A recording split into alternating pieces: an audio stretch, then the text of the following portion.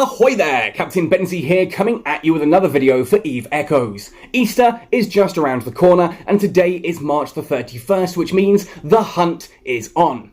Now, for those of you who don't play EVE Online, you may not know what the hunt is, but it is EVE Online's Easter event, and of course, this being the first Easter that we've had since EVE Echoes has gone live, we now have the hunt in our game as well, and I genuinely really like this event. There is, of course, a lot of outrage online, a lot of people going like, no, I don't like this, and whilst I do agree that there are some things that I would have liked to have seen done differently, or some things that I would have liked to have had in the game itself, well, I think this is a really cool event. So what we're going to do today is we're going to sit down, we're going to talk about what the hunt is, and how it operates, and how you can actually get involved in this and have a good time with it. We're going to talk about the different skins that are now available in the game and have a brief look at those and talk about which I think are my personal favourites, etc. And certainly as well, we're going to talk about things that I think could have been improved and done differently, whilst also talking about why this event genuinely is a really good event for everyone and why it benefits the game and it helps everyone out. So that's what we're going to do in today's video. Now, of course, if you do enjoy this video, please let me know. Of course, I'm trying a new format here where I do my intros actually live on camera. So let me know what you think about that. And if you've got any other feedback, any videos or topics you'd like to see, let me know in the comment section down below. I would love to have a chat with you guys and get a sort of touch to base of what you think I can do better in my channel, what I can do more of, and what I need to do less of, that kind of thing. Especially things like I'm obviously moving a little bit away from the ship fitting guides and coming more into news and topical. I will still be doing ship fitting guides. Obviously, don't worry, the Destroyer Pilot Manifesto and the Frigate Pilot Manifesto are going nowhere. Now, if you do want to go the extra mile to help support this channel, I do have a Patreon page that you can come and pledge to donate and help support the channel there, and we have a Redbubble merchandise store with cool t-shirts like this, and of course my notebook where I'm doing all of my notes as well is the Silent Rose design, my flagship in EVE Echoes and EVE Online. Certainly you can check all of that and more out on our Redbubble merchandise store. Again, details are in the description down below. That said and done then, let's jump right in to talking about the 2021, nearly got the year wrong, the 2021 Easter event, The Hunt. The basic concept of The Hunt is that the Gurustus pirates have been engaging in some illegal cloning research, so you, as the Capsuleers of New Eden, have been sent to gather up damaged capsules to help stop them. Obviously, damaged capsules look a little bit like eggs, so this of course is Eve's equivalent of an Easter egg hunt. It's quite clever, I quite enjoy it, and it's something, as I said, has been in EVE Online for a bit of time now. Now, when you're docked at a station, or when you first log in, you'll find that if you open the event tab, you're going to get some new bars down the side here, which are relevant to the hunt. First of all, we have daily login rewards. Now, if you're an Omega clone, obviously you get all the stuff along the bottom here as well. If you're an Alpha clone, you get the stuff along the top. Now, it's interesting to note there's a lot of rig safes there, 13 days worth of stuff.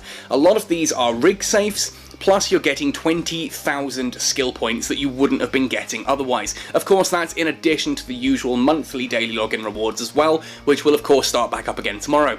If you are an Omega clone, you're also going to be getting damaged capsules. These are, of course, the Easter eggs that we're hunting, and I'll explain these more in detail later. Just understand that if, like me, you're an Omega clone, when you come to claim all, today you're going to get 5,000 skill points and 20 of these damaged capsules, and over the next couple of days, well, next 2 weeks really, you're going to get another 20,000 skill points and a whole load of ship rig safes, and I personally really enjoy those ship rigs.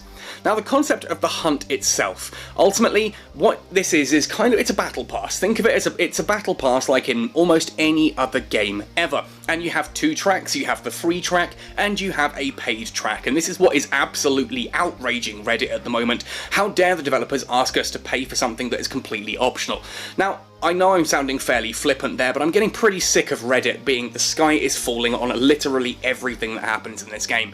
You are getting 162,000 skill points for free here. If you go through the event and claim all of the free rewards along the bottom, you are earning 162,000 skill points that you would not have earned otherwise, and you earn these by doing stuff that you would normally do in the game anyway. We'll talk about that in a second. 162,000 skill points, by the way, plus the 20,000 that you're getting for the daily login rewards, 182,000 skill points you can earn during this event. That is 4 days worth of skill points, more than 4 days of skill points, as an Alpha clone without any of the cognitive neuroscience chips. Now, ultimately, to me, I think that's a really good thing. If you're an Alpha clone, if you're completely free to play, you're getting an additional 4.5 days worth of skill points completely for free. How do you level up the battle pass? You do missions. Now the missions are very, very simple. You can see here, there's one, obtain 2 million ISK from bounties. That's really easy to do daily. That's 2 encounters for me. Mine 30,000 cubic meters of ore, complete 20 manufacturing jobs, mine 2,000 cubic meters of planetary material, so your planetary production arrays, complete 5 encounter news missions, or complete 6 reverse engineering jobs. And these will give you rewards that you can then use to go up these missions. You'll see that as you earn these capsules, you go up these time by time. So you can claim each of these. There we are, so that's 10,000 points there have been issued to me. Now, of course, there is the top track here. Now, the top track is purchased with Aurum, which means you do need real-world money to do this. You can't do it with Plex. This is something that I sat and thought about, and I'm like, I wasn't sure how I feel about this, and I'm still split on this. Part of me wants to say this should have been Plex, so that anyone can get involved in this without the need of, you know, a credit card and paying actual real-world money. At the same token, though, I also have 2 other thoughts to why actually making it Aurum is not a bad thing.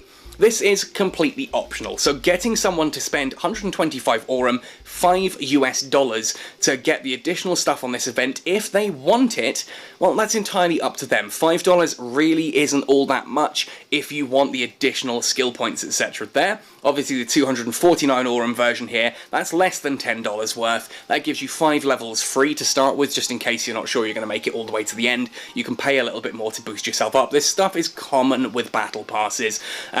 Ultimately, yeah, you could argue here that, again, well, not even argue, that's $10. That's $10 with some change left over that you can use to buy some Plex. The other side of this, as why I'm kind of glad it's not Plex, is that Plex prices are creeping up as it is, and a lot of people are getting pretty upset at how expensive Plex is getting. If you made this purchasable with Plex, that's going to push the price of Plex up even higher, because it's going to increase the demand on Plex.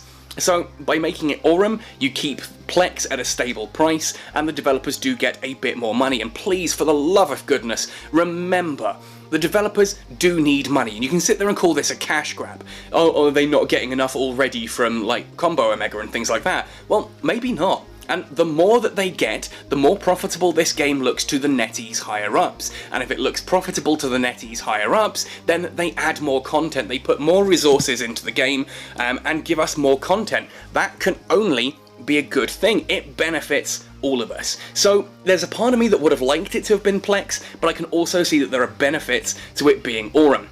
Now, if you do purchase this, you get a whole load of extra skill points. Now, at the end of this, if you've gone for the full version, so you've paid for the Hunter's Pass here, you're going to get an additional 502,000 skill points. That makes for a total of 664,000 skill points, plus the 20,000 login, making for 684,000 skill points that you could possibly earn from this. Now for me, as an Omega clone with Cognitive Neuroscience 3, so 75 skill points a minute, that is 6 1/3 days of Combo Omega with Cog 3 added there. 6 1/3 day of extra skill points that I'm getting just for playing the game by going out and doing some bounties and some manufacturing and things like that. This, to me, it's free stuff. We are literally being given free stuff here, and I think, honestly, $5 is not a bad price to pay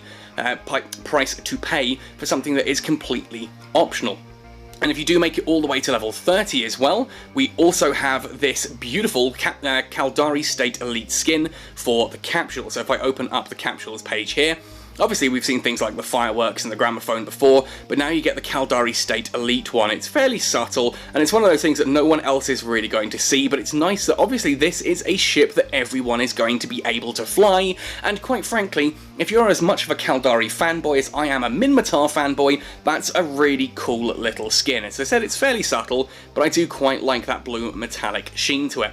So what we have here, as I said, is ultimately an event that is giving you anywhere between 182 and 684,000 free skill points. Obviously, depending if you go for the additionals. If you don't even pay for the Hunter's Pass, you can still earn 182,000 skill points that you were not able to get before just through playing the game.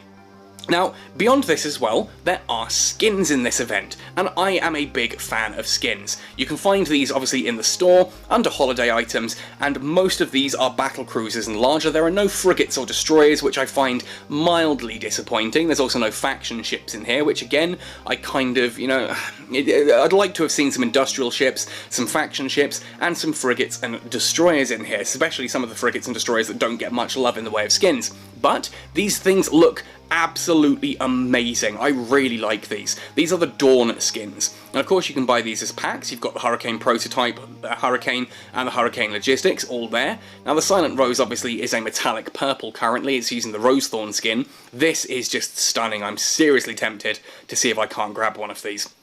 Things like the Brutix. Again, that sort of white, the sky blue, fading into this icy blue and white at the back.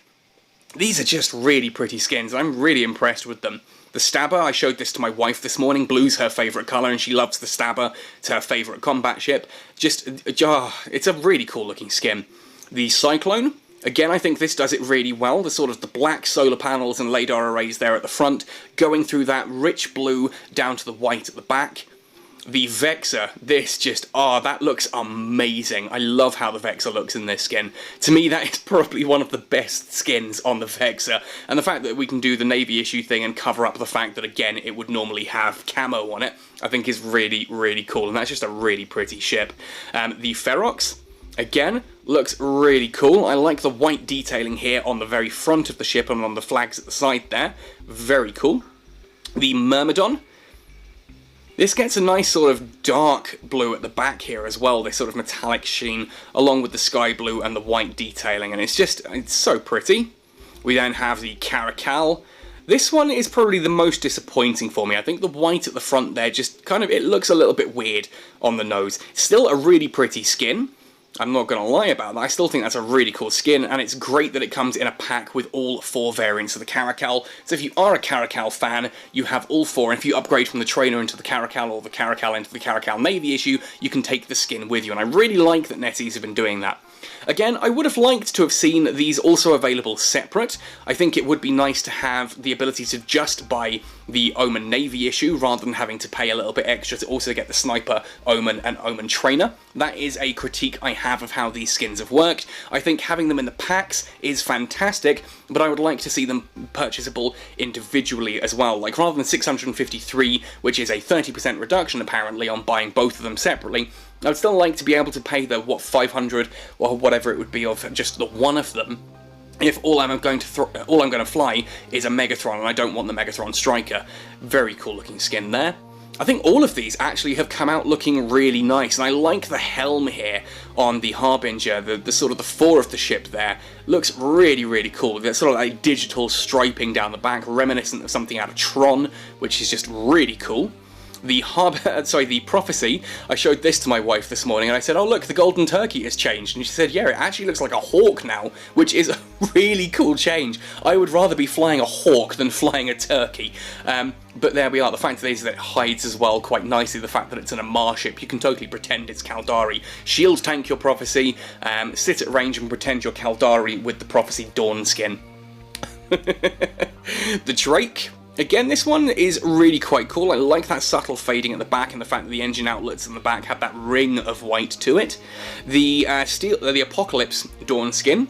This is an unusual one. I'm never a fan of the Apocalypse hull, but again, I quite like the subtle fading and dithering on that one. The Scorpion looks really cool. I love the fact that the tail of the Scorpion is white with those sort of details there out on the wings at the sides. Really nice looking skin. And the Dominix. Our good friend the Space Potato gets a really handsome skin there. We saw this on Twitter where they mistakenly referred to it as a Vexor.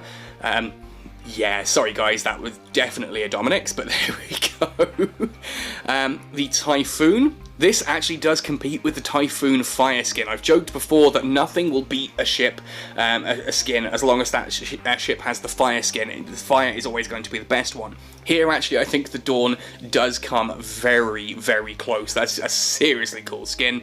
Finally finishing off with the Armageddon. Again, I still think this looks like the aliens out of Pitch Black, but I do love the sort of the detailing there. Again, down the fore of the ship. on the nose there, so to speak, with how those little sort of almost tribal design there.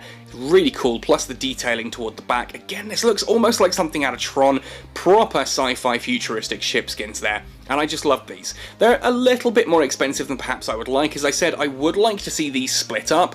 Like, for example, I'm unlikely to ever fly a Hurricane prototype again. I'd like to have this at a slightly reduced cost just to get the Hurricane, and maybe the Hurricane logistics later. The Stabber. I don't want a Stabber Sniper, or a Stabber Trainer, but I do fly a Stabber Fleet issue, and I'd like to be able to pay for just that particular ship. But again, I kind of see why they've gone for the bundle. I just wish they'd gone for a bit more choice, like they've done with the Scorpion, the Dominix, the Typhoon, and the Armageddon there, to let us buy the individual skins as well. And I know before someone says you can't just go into like the Cruiser skin and there's the Navy one or something, the Stabber.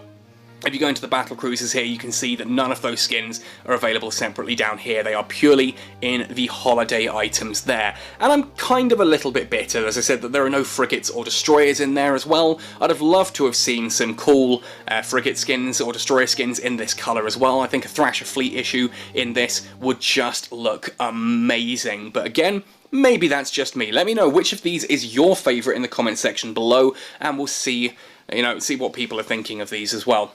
Now, okay, I've talked about what this event does and what I really like about it. Now, as I said, there are some things that I don't like about this. Ultimately, I think that the fact that you buy it with Aurum rather than Plex is questionable, but as I said, there are pros and cons to either way. I think that having it for Plex would increase the cost of Plex, and that hurts people who don't want to get involved in the event. So having it as Aurum does mean that Plex prices stabilise, and also the developers do need to have ways that are direct payments in there. I think a lot of people, especially on Reddit, need to step back and just think to themselves, I'm paying nothing for this game, theoretically. You can play all the way up to tech level 7 without needing to pay a single cent into the game. From then onwards, you can get your Omega for as little as $5 a month. So when it comes to something that is ultimately skins and free skill points, and you're getting a basic amount of skill points to begin with for free on top of that, I do think you need to stop and say, why do I think I should be entitled to get absolutely everything in this game without paying for it? This is ultimately cosmetic, and you can sit there and say, oh yeah, but there's a notable advantage to the people who drop an extra $5 and go from the 182,000 skill points to 684,000 skill points. That's, it's a lot of extra skill points. That's 500,000 skill points, 500,000 skill points you can get if you drop $5 into this game and complete the hunt. And yeah, I kind of get that. But at the same token, I started on day 1, I've had Combo Omega running on my character since day 1, with Cognitive Neuroscience 3 active. That means that you are never going to catch up to me. It is physically impossible for a player who joined on day 2 or later to have as many skill points as I do. Whether or not you pay for this kind of event, it's just never going to happen. You're not going to be able to catch up with that massive head start that I got. And what's the problem with that?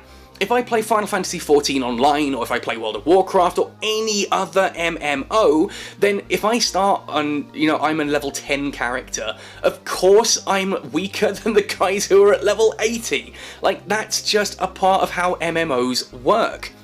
I think you need to accept that EVE it's an experience. It's not a race. It's not about being the number 1 in EVE, it's about what you can do as a team.